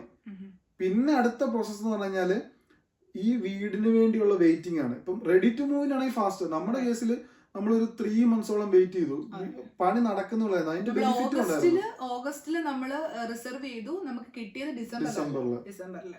അപ്പം അതിന്റെ ബെനിഫിറ്റ്സ് എന്തായിരുന്നു പറഞ്ഞാല്, പണി നടക്കുന്നതുകൊണ്ട് ഞങ്ങൾക്ക് ഒത്തിരി കാര്യങ്ങൾ ഞങ്ങൾക്ക് ആഡോൺ ചെയ്യാൻ പറ്റി. നമുക്ക് ഇന്ന കളർ വേണം കിച്ചൺ ക്ലോസറ്റ്സില്, കുറെ കാര്യങ്ങൾ നമുക്ക് നമ്മുടെ ഇഷ്ടപ്രകാരം ആഡ് ചെയ്യാനായിട്ട് അതൊരു ഇമ്പോർട്ടന്റ് കാര്യമായിരുന്നു. അതെ, ഈ ലൈറ്റുകൾ ഇന്ന ഏരിയയിൽ കൊടുക്കണം, അങ്ങനെ കുറച്ച് കാര്യങ്ങളൊക്കെ ആഡ് ചെയ്യാൻ പറ്റി. ഇപ്പോൾ റെഡി ടു മൂവിനാണെങ്കിൽ പിന്നെ അവരൊന്നും അങ്ങനെ ചെയ്യത്തില്ല. പിന്നെ ബേസിക്കലി അവരുടെ പ്ലാൻ എന്താണോ അതിൽ അവർ സ്റ്റിക്ക് ഓൺ ചെയ്യും. ഒരു ലൈറ്റ് അങ്ങോട്ടും ഇങ്ങോട്ടും മാറ്റിയിടാൻ കൗൺസിലിൽ നിന്ന് അവർക്ക് അനുവാദം കിട്ടിയ ആ ഒരു പ്ലാനിൽ നിന്ന് അവർ അങ്ങോട്ടോ ഇങ്ങോട്ടോ മാറില്ല. ഞാൻ ഒരു ലിസ്റ്റ് ഒക്കെ ആയിട്ട് ഇത് ചെയ്തു തരാം, ഇത് ചെയ്തു തരുമോ എന്നൊക്കെ ചോദിച്ചാൽ അവർക്ക് എല്ലാത്തിനും ഒരു മറുപടി ഉള്ളു, നോ. പ്രയർ ഏരിയയിൽ ജസ്റ്റ് ഒരു ബോക്സ് ഒക്കെ അടിച്ചു തരാൻ പറ്റുമോ? പിന്നെ നമ്മളത് എങ്ങനെയാലും നമ്മൾ ചെയ്തെടുക്കുമല്ലോ. നമ്മളപ്പോ അത് വേറെ ആളിനെ കൊണ്ട് നമ്മളത് ചെയ്യിപ്പിച്ചു. പക്ഷെ ബിൽഡേഴ്സിന്റെ സൈഡിൽ നിന്ന് അവരൊന്നും ചെയ്യത്തില്ല.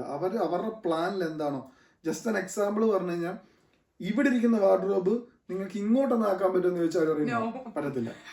അതാണ് പ്രശ്നം. അപ്പൊ അടുത്ത സ്റ്റെപ്പാണ് എക്സ്ചേഞ്ച് ഓഫ് കോൺട്രാക്ട്.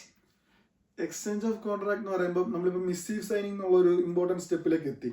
അതായത് 2,000 പൗണ്ട്സ് കൊടുത്ത് നമ്മൾ റിസർവ് ചെയ്ത് വെച്ച് കഴിഞ്ഞാൽ 500 പൗണ്ട്സിന് റിസർവ് ചെയ്ത് വെച്ച വീട് നമ്മൾ മിസ്സീവ് സൈനിങ് ചെയ്തൊരു 2,000 പൗണ്ട്സ് അടച്ച് മിസ്സീവ് സൈനിങ് വരെ കഴിഞ്ഞിരിക്കുക. അത് കഴിയുമ്പോൾ എക്സ്ചേഞ്ച് ഓഫ് കോൺട്രാക്ട് എന്ന് പറഞ്ഞ ബിഗ് പ്രോസസ്സ്. അത് മോസ്റ്റ്ലി നടക്കുന്നത് നമ്മുടെ കീ ഹാൻഡ് ഓവറിന്റെ ഒരു 2 days ബിഫോർ ഒക്കെ ആയിരിക്കും. അതായത് നമ്മുടെ ഫുൾ കയ്യിലുള്ള എമൗണ്ട്, അതായത് നമ്മുടെ ബിൽഡേഴ്സിന് കൊടുക്കാനുള്ള എത്രയാണോ, പ്ലസ് സോളിസിറ്ററിന് കൊടുക്കാനുള്ള ഫീ, പ്ലസ് ലാൻഡ് ടാക്സ്, ഇതെല്ലാം കൂടെ നമ്മുടെ സോളിസിറ്ററിന്റെ അക്കൗണ്ടിലേക്ക് ട്രാൻസ്ഫർ ചെയ്യും. സോളിസിറ്ററിന്റെ അക്കൗണ്ടിൽ ട്രാൻസ്ഫർ ചെയ്ത് അവര് ബിൽഡേഴ്സിന്റെ സോളിസിറ്ററിന്റെ അക്കൗണ്ടിൽ ട്രാൻസ്ഫർ ആക്കും. എന്നിട്ട് അത് അക്നോളജ് ചെയ്ത് കിട്ടി, റിസീവ് ആയി, എമൗണ്ട് റിസീവ് ആയി എന്ന് പറഞ്ഞ സോളിസിറ്റർ അവരെ അറിയിച്ചു കഴിയുമ്പോൾ അവർ നമുക്ക് ready to key hand over ആണെന്ന് പറഞ്ഞ് നമ്മളെ ഇൻഫോം ചെയ്യും. നമുക്ക് ഇന്ന ഡേറ്റിൽ കീ തരാം, ഇന്ന ടൈമാണ് നിങ്ങൾ വരേണ്ടത് എന്നുള്ള ഡീറ്റെയിൽസ് എല്ലാം അവർ ഫോർവേഡ് ചെയ്യും. അപ്പം ആ സമയത്താണ് എക്സ്ചേഞ്ച് ഓഫ് കോൺട്രാക്ട്സ് നടക്കുന്നത്. അപ്പം മെയിനായിട്ട് ഈ പേയ്മെന്റ് ഫുള്ള് ട്രാൻസ്ഫർ ചെയ്യുന്നത് കീ ഹാൻഡ് ഓവറിന് 2 ദിവസം മുമ്പായിരിക്കും. അപ്പം നമ്മൾ മോസ്റ്റ്ലി നമ്മുടെ കയ്യിൽ ഫുൾ എമൗണ്ട് സെറ്റ് ആയിരിക്കണം. ഈ 2 ദിവസം മുമ്പ് ഫുള്ളി. കാരണം ഒരു കാരണവശാലും ഇച്ചിരി എമൗണ്ട് കുറവാണ് ഒരു രീതിയിൽ അവർ അക്സെപ്റ്റ് ചെയ്യത്തില്ല. അപ്പൊ അത്രയാണ്. അടുത്ത ഇമ്പോർട്ടന്റ് സ്റ്റെപ്പാണ് completion and key hand over. അത് വളരെ എക്സൈറ്റിംഗ് ആയിട്ടുള്ള പാർട്ടാണ്. ഞങ്ങളെ സംബന്ധിച്ചോളം ഞങ്ങള് എനിക്ക് തോന്നുന്നു 4 months 5 months ഇങ്ങനെ വെയിറ്റ് ചെയ്ത് ഫെബ്രുവരിയിലെ ഞങ്ങൾക്ക് വീഡിയോ എടുത്തുള്ളൂ അവർ പറഞ്ഞത്. പക്ഷെ ഡിസംബറിൽ തീർത്തിട്ട് അവർ ഇന്ന ദിവസത്തിന് റെഡിയാണ്. അവർ ഞങ്ങളോട് പറയാം ക്രിസ്മസ് ഗിഫ്റ്റ് ആയിട്ട് തരാന്നാ പറഞ്ഞത്. അതെ, ഇന്ന ദിവസത്തിന് റെഡിയാണ്, നിങ്ങൾ അതിന് മുമ്പ് പേയ്മെന്റ് എല്ലാം ചെയ്ത് എക്സ്ചേഞ്ച് ഓഫ് കോൺട്രാക്ട് ചെയ്യണം എന്ന് പറഞ്ഞപ്പോൾ നമ്മൾ ഓൾറെഡി പൈസ നമ്മുടെ അക്കൗണ്ടിൽ കിടക്കുന്നത് നമ്മൾ റെഡി ആയിരുന്നു. അപ്പൊ ഞങ്ങൾ അതിന് 2 ദിവസം മുമ്പ് പൈസ അയച്ചു കൊടുത്തു, എല്ലാം കഴിഞ്ഞു. അപ്പൊ ഇന്ന സമയത്ത് വാ എന്നും പറഞ്ഞുകൊണ്ട് നമ്മുടെ ബിൽഡേഴ്സ് നമ്മളെ അറിയിച്ചു. ഞങ്ങൾ വന്നു, നമ്മളെ കീ ഹാൻഡ് ഓവർ ചെയ്ത് വീടുകളെല്ലാം ഒന്ന് കാണിച്ചു. പക്ഷെ അതിന് മുമ്പായിട്ട് നമ്മളെ പ്രീ സൈറ്റ് ഒരു പ്രീ സൈറ്റ് ഇൻസ്പെക്ഷൻ ഉണ്ടായിരുന്നു. അപ്പൊ അതിന് മുമ്പായിട്ട് ഒരു പ്രീ സൈറ്റ് ഇൻസ്പെക്ഷൻ ഉണ്ടായിരുന്നു. അതായത് അവര് 7 days before. അതെ, നമ്മൾ പറഞ്ഞ കാര്യങ്ങളൊക്കെ അവര് ചെയ്തിട്ടുണ്ടോ, ഇങ്ങനെ അവരൊരു ലിസ്റ്റ് തരും, ബിൽഡേഴ്സ് നമ്മൾ ലിസ്റ്റ് തരും, അതെല്ലാം ചെയ്തിട്ടുണ്ടോ ഉള്ള എല്ലാം നമുക്ക് ചെക്ക് ചെയ്യാം. ഞങ്ങളുടെ കേസിൽ ഞങ്ങൾ ഒരു എക്സ്ട്രാ 2 ലൈറ്റ് പറഞ്ഞത്, കിച്ചൺ ലൈറ്റ് പറഞ്ഞത് ചെയ്തിട്ടില്ലായിരുന്നു. അപ്പൊ അത് നമ്മൾ പറഞ്ഞപ്പോ അവരത് എഴുതിക്കൊണ്ട് പോയി. വർക്കിംഗ് ആണോ അങ്ങനെയുള്ള കാര്യങ്ങളെല്ലാം നമുക്ക് ചെക്ക് ചെയ്യാൻ പറ്റും.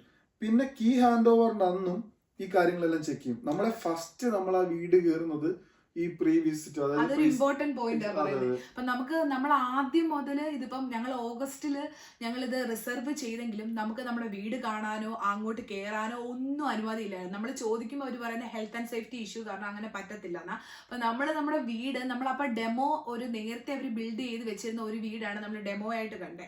അല്ലാതെ ഞങ്ങൾ ഞങ്ങളുടെ വീട് കണ്ടത് ഇവര് പ്രീ ഇൻസ്പെക്ഷന്റെ സമയത്താണ് നമ്മൾ നമ്മുടെ വീട് കണ്ടത്. അതിനു മുമ്പ് നമ്മൾ നേരത്തെ റിസർവ് ചെയ്യുന്ന പറഞ്ഞാൽ നമ്മൾ ഓരോ സ്റ്റേജ് ഒന്നും കാണാനൊന്നും പറ്റിയില്ല. പക്ഷെ നമുക്ക് സജഷൻസ് പറയായിരുന്നു, പിന്നെ പല ഇന്നത് ആഡ് ചെയ്യാനും കളേഴ്സ് ചൂസ് ചെയ്യാനും ഒക്കെ പറ്റുമായിരുന്നു. ബേസിക് ആയിട്ടുള്ള ഇത്രയൊക്കെ കാര്യങ്ങളാണ് പറയാനുള്ളത്. അപ്പം നമ്മൾ ആദ്യം മുതൽ അവസാനം, ഇപ്പൊ ഒരു വീട് വാങ്ങിക്കാൻ ഉദ്ദേശിക്കുന്ന ആൾക്ക് ആദ്യം മുതൽ അവസാനം വരെ എന്തൊക്കെയാ ചെയ്യേണ്ടതെന്ന് ഒന്ന് പെട്ടെന്നൊന്ന് പറയാമോ? ഓക്കെ, ഫസ്റ്റ് നമ്മൾ ജസ്റ്റ് ഒരു നമ്മുടെ എത്രയാണ് നമുക്ക് അഫോർഡബിൾ ആയിട്ടുള്ള ഒരു വീടിന്റെ വാല്യൂ എന്ന് മനസ്സിലാക്കുക. അതിനെ ബേസിക്കലി നമുക്ക് ഓൺലൈനായിട്ട് ചെക്ക് ചെയ്യാം, അല്ലെങ്കിൽ ഒരു മോർഗേജ് അഡ്വൈസറിന്റെ ഹെൽപ്പോടെ നമ്മളെ കൊണ്ട് എത്രയാണ് അഫോർഡബിൾ എന്ന് മനസ്സിലാക്കുക. അതായത് ഇപ്പോൾ നമ്മൾ ടോട്ടൽ എത്ര നമുക്ക് മോർഗേജ് ആയിട്ട് കിട്ടും, ലോൺ ആയിട്ട് ബാങ്കിൽ നിന്ന് നമുക്ക് എത്ര എമൗണ്ട് കിട്ടും, നമ്മൾ എത്ര മന്ത്ലി അടക്കേണ്ടി വരും എന്നുള്ള സാധനങ്ങളെല്ലാം നമുക്ക് ബേസിക്കലി ഫസ്റ്റ് അറിയാം. ഇത് അറിഞ്ഞു കഴിയുമ്പോൾ നമുക്ക് മൂവ് ഓൺ ചെയ്യാൻ പറ്റും. അതായത് നമുക്ക് വീടുകൾ സെർച്ച് ചെയ്ത് തുടങ്ങാൻ പറ്റും. ഇപ്പൊ ഏതാണ് ബെറ്റർ എന്നുള്ളത് നിങ്ങളുടെ ഓപ്ഷനാണ്. ന്യൂ ബിൽഡ് വേണോ ഓൾഡ് വേണോ എന്നൊക്കെ ഉള്ളത് നിങ്ങളുടെ ഇഷ്ടമാണ്. അപ്പം നിങ്ങൾക്ക് ഒരു പോയിന്റിൽ ഫിക്സ് ചെയ്യാൻ പറ്റും. ലാസ്റ്റ് നിങ്ങൾ ഒരു ഡ്രീം ഹോം കണ്ടുപിടിച്ച് കഴിയുമ്പോൾ ഓക്കെ ഇതാണ് ഞങ്ങൾ മൂവിങ് ചെയ്യുന്ന ഹോം എന്ന് വരുമ്പോൾ നിങ്ങൾ അടുത്തത് റിസർവ് ചെയ്യേണ്ടി വരും. റിസർവ് ചെയ്യണമെങ്കിൽ നിങ്ങൾക്ക് ഡിസിഷൻ ആൻഡ് പ്രിൻസിപ്പിൾ മസ്റ്റ് ആണ്, അല്ലെങ്കിൽ അവരത് അപ്രൂവ് ചെയ്യത്തില്ല, അവർ റിസർവ് ചെയ്യാൻ സമ്മതിക്കത്തില്ല. അപ്പം റിസർവ് ചെയ്യണമെങ്കിൽ ഡിസിഷൻ ആൻഡ് പ്രിൻസിപ്പിൾ എന്ന് പറഞ്ഞാൽ നമ്മൾ ബാർക്ലേസിനെ കോൺടാക്ട്, അത് മോർഗേജ് അഡ്വൈസറാണ് നമുക്ക് ചെയ്ത് തരുന്നത്. നമ്മുടെ ഡീറ്റെയിൽസ് ഫുൾ അവരെടുത്തിട്ട് അവർ ബാർക്ലേസിനെ കോൺടാക്ട് ചെയ്തിട്ട് അവരൊരു എമൗണ്ട് നമുക്ക് പറയും. അതായത് ഇത്ര എമൗണ്ട് വരെ അവർക്ക് നമുക്ക് ഓഫർ ചെയ്യാൻ പറ്റുന്ന മോർഗേജ് എമൗണ്ട് എന്ന് പറഞ്ഞു കഴിയുമ്പം ബിൽഡേഴ്സിന് ഓക്കെ ഇവർക്ക് ഇത്ര വരെ ബാങ്ക് പ്രൊവൈഡ് ചെയ്യും. അപ്പം നമുക്ക് അതിനനുസരിച്ചുള്ളൊരു വീട് നമ്മൾ ചൂസ് ചെയ്തിരിക്കുന്നതിനനുസരിച്ചുള്ള വീടാണെങ്കിൽ ഓക്കെയാണ് അവർ. അതാണ് അടുത്ത പ്രോസസ്സ്. അപ്പം ഡിപ്പ് എടുത്ത് കഴിഞ്ഞ് കഴിയുമ്പോൾ റിസർവ് ചെയ്യാൻ പറ്റും നമുക്ക് വീട്. അപ്പം നമ്മുടെ പ്രൊസീജിയർ നമ്മൾ റിസർവ് ചെയ്തിട്ട് ഒരു 45 ഡേയ്സിനുള്ളിൽ സൈനിങ് വരും. മിസ്സീവ് സൈനിങ് എന്ന് പറയുന്നത് അതൊരു കോൺട്രാക്ട് സൈനിങ് ആണ്. അത് കോൺട്രാക്ട് സൈൻ ചെയ്യാനായിട്ട് 45 ഡേയ്സിനുള്ളിൽ ചെയ്യണം, അതാണ് റൂള്. അപ്പോൾ അത് ചെയ്യാനായിട്ട് ഒരു 2000 pounds നമ്മൾ എക്സ്ട്രാ കൊടുത്തു. അപ്പം അതുകൂടെ ചെയ്ത് കഴിഞ്ഞ് കഴിഞ്ഞപ്പോൾ പിന്നെ അതൊരു ലോങ് വെയിറ്റ് ആയിരുന്നു നമുക്ക്. പിന്നെ നമുക്ക് പ്രസ്സുകളൊന്നുമില്ല, പിന്നെ എക്സ്ചേഞ്ച് ഓഫ് കോൺട്രാക്ട് ആയിരുന്നു. അതായത് നമ്മൾ വീട് ഹാൻഡ് ഓവർ ചെയ്യുന്നതിൻ്റെ 2 ദിവസം മുമ്പ് പൈസ ഫുള്ള് ട്രാൻസ്ഫർ ചെയ്യുക സോളിസിറ്റേഴ്സ് തമ്മിലാണ് ഡീൽ ചെയ്യുന്നത്. നമ്മളും ബിൽഡേഴ്സും തമ്മിൽ അക്കൗണ്ട് ഡീലിംഗ് ഇല്ല. നമ്മുടെ സോളിസിറ്റർ സോളിസിറ്ററുമായിട്ട് ഡീൽ ചെയ്യും. പിന്നെ സോളിസിറ്റേഴ്സ് ഫീ വരും, അതിൻ്റെ കൂടെ ലാൻഡ് ടാക്സ് വരും. അപ്പൊ അതിന് ഏകദേശം ഒരു 3000 സംതിങ്. അപ്പൊ അത് ഇമ്പോർട്ടന്റ് ആയിട്ടുള്ള ഒരു കാര്യമാണ്. നിങ്ങൾ വീട് വാങ്ങിച്ചു കഴിഞ്ഞാൽ എന്നാൽ വീട് വാങ്ങിച്ചു ഇനി എനിക്ക് ചെലവൊന്നും വരത്തില്ല എന്ന് വിചാരിക്കരുത്. അപ്പൊ അതുകൂടെ കണ്ടിട്ട് വേണം നിങ്ങൾ നിങ്ങളുടെ ബജറ്റ് നോക്കാൻ. കാരണം സോളിസിറ്റർ ഫീ ഉണ്ട്, പുതിയ വീടാണെങ്കിൽ ലാൻഡ് ടാക്സ് ഉണ്ട്. അപ്പം സോളിസിറ്റർ ഫീ, ലാൻഡ് ടാക്സ്, പിന്നെ അല്ലാതെ ഇവരുടെ അല്ലറ ചില്ലറ കുറച്ച് പേപ്പർ വർക്കിന്റെ ഒക്കെ പല ഫീസ് ഉണ്ട്. അപ്പൊ അതിനെല്ലാം കൂടെ നിങ്ങൾ കുറച്ചൊരു എമൗണ്ട് കണ്ടുപിടിക്കണം. അതിനെല്ലാം നിങ്ങൾ കരുതിയിട്ട് വേണം ഒരു വീടിന്റെ നിങ്ങളുടെ ബജറ്റ് കണ്ടുപിടിക്കാനായിട്ട്. അപ്പം ഇത്രയൊക്കെ കാര്യങ്ങളാണ് ഞങ്ങൾക്ക് പറയാനുള്ളത്. പിന്നെ വെരി ഇമ്പോർട്ടന്റ് ഹോം ഇൻഷുറൻസ് എടുക്കേണ്ടി വരും. ഹോം ഇൻഷുറൻസ് എടുത്തില്ലെങ്കിൽ നമുക്ക് ഒരിക്കലും അവർ വീട് തരത്തില്ല. ആ ഹോം ഇൻഷുറൻസിന്റെ പേപ്പർ കാണിച്ചാൽ മാത്രമേ ഹാൻഡ് ഓവറിന് അവർ സമ്മതിക്കത്തുള്ളൂ. അപ്പൊ നമ്മളൊരു ഹോം ഇൻഷുറൻസ്, പക്ഷെ അത് വലിയ എമൗണ്ട് വരത്തില്ല. ഞങ്ങളെ സംബന്ധിച്ചിടത്തോളം ഞങ്ങൾ എടുത്തത് വെച്ചിട്ട് ആക്സിഡന്റൽ ഉൾപ്പെടെയാണ് വരുന്നത്. അപ്പൊ അത് എടുത്തപ്പോൾ ഒരു 27 pounds എന്തോ പെർ മന്ത് വരുന്ന രീതിയിലാണ് ഹോം ഇൻഷുറൻസ് വരുന്നത്. അപ്പൊ അത് വലിയ കോസ്റ്റ് ഉണ്ടായിട്ട് എനിക്ക് തോന്നുന്നില്ല. അത് അഫോർഡബിൾ ആണ്. പക്ഷെ അത് മസ്റ്റ് ആണ്. ഹോം ഇൻഷുറൻസ് നമ്മളെ കൊണ്ട് മോർഗേജ് എടുപ്പിക്കും. പക്ഷെ അത് വിട്ടുപോരാത്തൊരു ഇമ്പോർട്ടന്റ് ഐറ്റം ആണ്. അപ്പൊ ഇത്രയൊക്കെയാണ് ഞങ്ങൾക്ക് പറയാനുള്ളത്. അപ്പൊ നിങ്ങൾക്ക് എന്തെങ്കിലും ഡൗട്ട്സ് ഇനി ഉണ്ടെങ്കിൽ നമുക്ക് എന്തെങ്കിലും ടിപ്സ് വല്ലതും കൊടുക്കാനുണ്ടോ? എന്ത് ചെയ്യണം, എന്ത് ചെയ്യണ്ട? എനിക്കൊരു ടിപ്പ് പറയാനുണ്ട്. നിങ്ങൾ മോർഗേജ് ആപ്ലിക്കേഷൻ ഇടുന്ന സമയത്ത് അനാവശ്യമായ സൈറ്റുകളിൽ കയറി അനാവശ്യമായി ഒന്നും കളിക്കാതിരിക്കുക. കാരണം ഗ്യാംബ്ലിംഗ് ചെയ്യാതിരിക്കുക. അതുപോലെ ആവശ്യമില്ലാതെ അവിടെ എവിടെയും പൈസ ട്രാൻസ്ഫർ ചെയ്ത് ഇവിടെ വാങ്ങിക്കാതിരിക്കുക. ഞാൻ ഗാംബ്ലിങ്ങിന്റെ കാര്യം പറഞ്ഞ എന്നാന്ന് വെച്ചാൽ, ഇച്ചാണെങ്കിൽ ക്രിക്കറ്റിൽ ഫുട്ബോളിൽ കുറച്ച് പൈസ ഇൻവെസ്റ്റ് ചെയ്തിട്ട് തിരിച്ചു കിട്ടി. പക്ഷെ അത് വലിയൊരു വിഷയമായി. കാര്യം ഒരു 300 pound ഞാനിപ്പോ ട്രാൻസ്ഫർ ചെയ്തത്. അത് ഇച്ചിരി വലിയ എമൗണ്ട് ആണല്ലോ. അത് എനിക്ക് റിട്ടേൺ ആയിട്ട് കിട്ടി. ഒരു 100 pounds കൂടെ പ്രോഫിറ്റ് വെച്ച് റിട്ടേൺ ആയിട്ട് കിട്ടി. പോയിട്ടുമുണ്ട്, കിട്ടിയിട്ടുമുണ്ട്. അങ്ങനെ പറയല്ലേ. അപ്പം ഇത് അവര് ചോദിച്ചു, മോർഗേജ് അഡ്വൈസർ കണ്ടുപിടിച്ചു. സ്പോട്ട് എന്നോട് ചോദിച്ചു, എന്താ ഇങ്ങനെ പേയ്മെന്റ്, ഇത്രയും വലിയ പേയ്മെന്റ് കളിച്ചു. അപ്പോഴേ എന്നെ നെഞ്ച് 3D വെട്ടി. അപ്പൊ ഞാൻ പറഞ്ഞു, ഞാൻ പേടിച്ചു. ഞാൻ പറഞ്ഞു ഒരു അബദ്ധം പറ്റിയതാണ്, പക്ഷെ എനിക്കത് തിരിച്ചു കിട്ടിയിട്ടുണ്ട് പൈസ. അപ്പൊ അവരോട് ചേട്ടൻ അത് പറ്റത്തില്ല.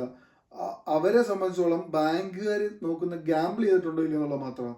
ഗ്യാമ്പിൾ ചെയ്യുന്നവർക്ക് ഒരിക്കലും ഒരു ലോൺ കൊടുക്കാൻ അവര് മടിക്കും. കാര്യം ഞാൻ നാളെ ഗ്യാമ്പിൾ ചെയ്ത് ഞാൻ മുടിഞ്ഞു കഴിഞ്ഞാൽ പിന്നെ എവിടെ നിന്ന് എടുത്തിട്ട് ഞാനിത് പേയ്മെന്റ് ചെയ്യും, റീപേയ്മെന്റ് ഞാൻ എങ്ങനെ ചെയ്യും എന്നുള്ളൊരു കാര്യമുണ്ട്. അതുകൊണ്ട് ആവശ്യമില്ലാത്ത പരിപാടിക്കൊന്നും മോർഗേജ് ആപ്ലിക്കേഷൻ ഇട്ട് കഴിഞ്ഞ ഒരു 6 മാസത്തിനുള്ളിൽ പോകരുത്. പൈസ അവിടെ കൊടുത്തിട്ട് ഇവിടെ എടുക്കുന്ന പൈസ, ഇല്ലീഗൽ ട്രാൻസാക്ഷൻസ് ഒന്നും നടക്കരുത്. ബേസിക് പറഞ്ഞാൽ നിങ്ങളുടെ വൈഫിന്റെയും ഹസ്ബൻഡിന്റെയും അക്കൗണ്ട് ക്ലിയർ ആക്കി വെക്കുക. ഒരാവശ്യമില്ലാത്ത പരിപാടിക്കും പോകാതെ ക്ലിയർ ആക്കി അക്കൗണ്ട് കൊടുക്കുക. മോസ്റ്റ് ഇമ്പോർട്ടന്റ് കാര്യം, മെയിൻറ്റെയിൻ എ ഗുഡ് ക്രെഡിറ്റ്. അത് വളരെ ഇമ്പോർട്ടന്റ് കാര്യമാണ്. എന്തെങ്കിലും പറയാനുണ്ടോ അതിനെപ്പറ്റി? ക്രെഡിറ്റ് എന്ന് പറയുമ്പോൾ ക്രെഡിറ്റ് റിപ്പോർട്ട് എടുക്കും അവര്. ക്രെഡിറ്റ് സ്കോർ അല്ല, ക്രെഡിറ്റ് റിപ്പോർട്ട് എടുക്കും. ക്രെഡിറ്റ് റിപ്പോർട്ട് എന്ന് പറഞ്ഞാൽ അത് നമ്മളെ കൊണ്ട് ഒരു ആപ്ലിക്കേഷൻ ഡൗൺലോഡ് ചെയ്യിച്ച് അത് ഫ്രീ ആയിട്ടാണ് കിട്ടുന്നത്. അതിനകത്തുനിന്ന് അത് ഏകദേശം നമ്മുടെ ഫുൾ ഹിസ്റ്ററി വരും. അതായത് ലാസ്റ്റ് ഒരു 1 year നമ്മൾ ഡയറക്റ്റ് ഡെബിറ്റ് വെച്ച് ഇപ്പം നമ്മൾ ബിൽസ് പേ ചെയ്യും, ക്ലറിന വെച്ച് പേ ചെയ്തിട്ടുണ്ട്, ഫോണിന്റെ 3 സിമ്മിന്റെ നമ്മൾ പേ ചെയ്യുന്നുണ്ട്. ഇതിന്റെ മന്ത്ലി ഹിസ്റ്ററീസ് വരും. അതായത് ടിക്ക് കാണാം ഇങ്ങനെ. അത് ഓരോ മാസവും നമ്മൾ പേയ്മെന്റ് ചെയ്തിട്ടുണ്ട്, ഓക്കെയാണ്. ഒരു മാസം റിജക്റ്റ് ആയാൽ അതുവരെ ക്രോസ് ആയിട്ട് വരും. അപ്പൊ അത്രയും നമ്മൾ സൂക്ഷിക്കണം ട്രാൻസ്ഫറുകൾ ചെയ്യുമ്പോൾ. ഒരു 3-2 മാസം മുമ്പോ നിങ്ങൾ മോർഗേജ് ആപ്ലിക്കേഷൻ ഇടുന്ന ഒരു 2 മാസം മുമ്പ് തന്നെ ബേസിക്കലി നിങ്ങളുടെ എല്ലാ ക്രെഡിറ്റ് കാർഡും അടച്ചു തീർക്കുക. അതാണ് ഏറ്റവും നല്ല ഓപ്ഷൻ. പിന്നെ ക്രെഡിറ്റ് കാർഡ് ഇരുന്നാൽ കുഴപ്പമുണ്ടോ എന്ന് ചോദിച്ചാൽ വലിയ കുഴപ്പമില്ല. എന്റെ അക്കൗണ്ടിൽ ഒരു 300 pounds ഒക്കെ ഞാൻ അവസാനം വരെ ഇങ്ങനെ ഇട്ടിട്ട് ലാസ്റ്റ് ആയപ്പോൾ ഞാൻ അടച്ചു തീർത്തു. എന്തായാലും ആപ്ലിക്കേഷൻ ഇടുന്നതിന് മുമ്പ് നിങ്ങൾ എന്തായാലും മൊത്തം അടച്ചു തീർക്കും. കാരണം അങ്ങനെ അടച്ചില്ലെങ്കിൽ അത്രയും ഹാർഡ് ചെക്ക് ഫോർ ഷുവർ ചെയ്തിരിക്കും. കാരണം ഞാൻ മോൺസോ പെർക്സ് ആഡ് ചെയ്തിട്ടുണ്ടായിരുന്നു. അപ്പൊ എനിക്ക് അറിയാൻ പറ്റും ഹാർഡ് ചെക്ക് ചെയ്ത്. അപ്പൊ ബാർക്ലേസ് എന്റെ ഹാർഡ് ചെക്ക് ചെയ്തായിരുന്നു. അത് നമ്മൾ ആപ്ലിക്കേഷൻ കൊടുത്ത് കുറച്ച് ദിവസം, അതായത് ബാർക്ലേസ് അപ്രൂവൽ ആയി. ലോൺ അപ്രൂവൽ എന്ന് പറഞ്ഞാൽ വലിയൊരു ഫാക്ടറാണ്. ബാർക്ലേസ് നമ്മുടെ ലോൺ അപ്രൂവ് ചെയ്തു. ഡിസിഷൻ പ്രിൻസിപ്പിൾ ഒക്കെ ഒരു പോയിന്റ് ആണെങ്കിലും ബാർക്ലേസ് ലോൺ അപ്രൂവ് ചെയ്യുന്നിടത്താണ് ഈ പോയിന്റ് കളി തിരിയുന്നത്. അതുകൊണ്ട് തന്നെ ഈ കാറ് അതുപോലെയുള്ള കാറൊക്കെ എടുത്തിട്ട് ഈ ലോണില് കാറൊക്കെ എടുത്തിട്ടുണ്ടെങ്കിൽ അത് കുറച്ച് പ്രശ്നമാണല്ലേ. പ്രശ്നം എന്ന് വെച്ചാൽ ഔട്ട്സ്റ്റാൻഡിങ് ബാലൻസ് അല്ലേ അത്. അപ്പൊ നമ്മുടെ മാസം ഉള്ള എക്സ്പെൻഡിച്ചർ കൂടി. അപ്പൊ നമ്മൾ അതിനും പേയ്മെന്റ് ചെയ്യണം. അപ്പൊ ഇതെല്ലാം ഇൻക്ലൂഡ് ആയിട്ട് അത്രയും കുറവേ നമുക്ക് ലോൺ എമൗണ്ട് കിട്ടത്തുള്ളൂ. കുറച്ച് ലോൺ എമൗണ്ടേ ഉള്ളൂ. നമ്മുടെ ഫോണിന്റെ എന്തോ അല്ലായിരുന്നോ? ഫോണിന്റെ ഒരു 2 മാസം കൂടെ ഉള്ളായിരുന്നു. അല്ല, എന്റെ ക്രെഡിറ്റ് കാർഡിന് 500 pounds ഔട്ട്സ്റ്റാൻഡിംഗ് ബാലൻസ് കിടപ്പ് ഉണ്ടായതുകൊണ്ട് 7,000 pounds ആണ് എന്റെ മോർഗേജ് അവർ കുറയ്ക്കാന്ന് പറഞ്ഞത്. ഞാനപ്പോ 500 അടച്ചു തീർത്തു പെട്ടെന്ന്. എന്നിട്ട് പരിപാടി കഴിഞ്ഞു തീർത്തു. വേറെ എന്തെങ്കിലും ടിപ്സ്? അക്കൗണ്ട് സേഫ് ആക്കി വെക്കുക. 3 months ബാങ്ക് സ്റ്റേറ്റ്മെന്റ് ചോദിക്കും. പേ സ്ലിപ്പ് മാക്സിമം കൂടുതൽ ആ സമയത്ത് ഓവർ ടൈം ചെയ്യുക. ഒരു 6 months എങ്കിലും ഓവർ ടൈം ചെയ്യുക. പിന്നെന്താ, ഗ്യാമ്പിളുകൾ ചെയ്യാതിരിക്കുക. പിന്നെ ക്രെഡിറ്റ് സ്കോർ നല്ല രീതിയിൽ മെയിൻറ്റെയിൻ ചെയ്യുക. ക്രെഡിറ്റ് സ്കോർ മെയിൻറ്റെയിൻ ചെയ്താൽ തന്നെ എനിക്കൊന്ന് ഇൻട്രസ്റ്റ് റേറ്റിനൊക്കെ അത് അഫക്ട് ചെയ്യുമെന്ന് തോന്നുന്നു. അതെ, ആ സമയത്ത് നമ്മൾ നല്ല രീതിയിൽ ക്രെഡിറ്റ് മെയിൻറ്റെയിൻ ചെയ്ത് നല്ലൊരു ക്രെഡിറ്റ് സ്കോർ ഒക്കെ ഉണ്ടായിരുന്നു. അപ്പോൾ അതുകൊണ്ട് എല്ലാം ഈസിലി പ്രോസസ്സായി പോയി. ബാങ്ക് ലോൺസ് എല്ലാം അപ്രൂവ് ആയത് എളുപ്പത്തിലായിരുന്നു. നമുക്കങ്ങനെ ബുദ്ധിമുട്ടൊന്നും ഉണ്ടായില്ല. നമ്മൾ ക്രെഡിറ്റ് റിപ്പോർട്ട് എടുത്തപ്പോഴും മിസ്റ്റേക്സ് ഒന്നും ഇല്ലായിരുന്നു. നമ്മൾ പേയ്മെന്റ്സ് ഒന്നും മിസ്സാക്കിയിട്ടില്ലായിരുന്നു. അപ്പോൾ ഒരു 1 year എങ്കിലും പ്രോപ്പറായി എല്ലാം മാനേജ് ചെയ്ത് പോവുക എന്നുള്ളതാണ് ബേസിക്. അപ്പം ഇത്രയൊക്കെ കാര്യങ്ങളാണ് നമുക്ക് ബേസിക് ആയിട്ട് ഒരു വീട് എങ്ങനെ വാങ്ങിക്കാം അതിന്റെ പ്രോസസ്സ് എല്ലാം പറഞ്ഞിട്ടുള്ളത്. ഇനി എന്തെങ്കിലും നിങ്ങൾക്ക് ഡൗട്ട്സ് ഉണ്ടെങ്കിൽ ഈ വീഡിയോയുടെ താഴെ കമന്റ് ചെയ്താൽ മതി. ഫോർ ഷുവർ ഞങ്ങൾ റിപ്ലൈ ചെയ്യുന്നതായിരിക്കും. കാരണം ഇതൊരു ലോങ് വീഡിയോ ആണ്. ഏതൊക്കെ പോർഷൻസ് കവർ ചെയ്തെന്ന് നമുക്ക് ഇടയ്ക്ക് ചിലപ്പോൾ മിസ്റ്റേക്ക് പറ്റാം. അപ്പം നിങ്ങൾക്ക് എന്തെങ്കിലും ഡൗട്ട് ഉണ്ടെങ്കിൽ ചോദിക്കുക, ഞങ്ങൾ റിപ്ലൈ ചെയ്യുന്നതായിരിക്കും. അപ്പോൾ സൈനിങ് ഔട്ട്. അപ്പൊ ഇത്രയൊക്കെ ഞങ്ങൾ പറയാനുള്ളൂ. അപ്പൊ നമുക്ക് അടുത്ത വീഡിയോയിൽ കാണാം. ഇനി ഇതുപോലെ നമ്മുടെ പുതിയ വീടിന്റെ പ്രോസസ്സും വേറെ കാര്യങ്ങളും ഒക്കെ എക്സ്പ്ലെയിൻ ചെയ്ത് ഞങ്ങൾ വീഡിയോ ഇടുന്നതായിരിക്കും. അപ്പൊ അടുത്ത വീഡിയോ കാണുന്നിടം വരെ ബൈ.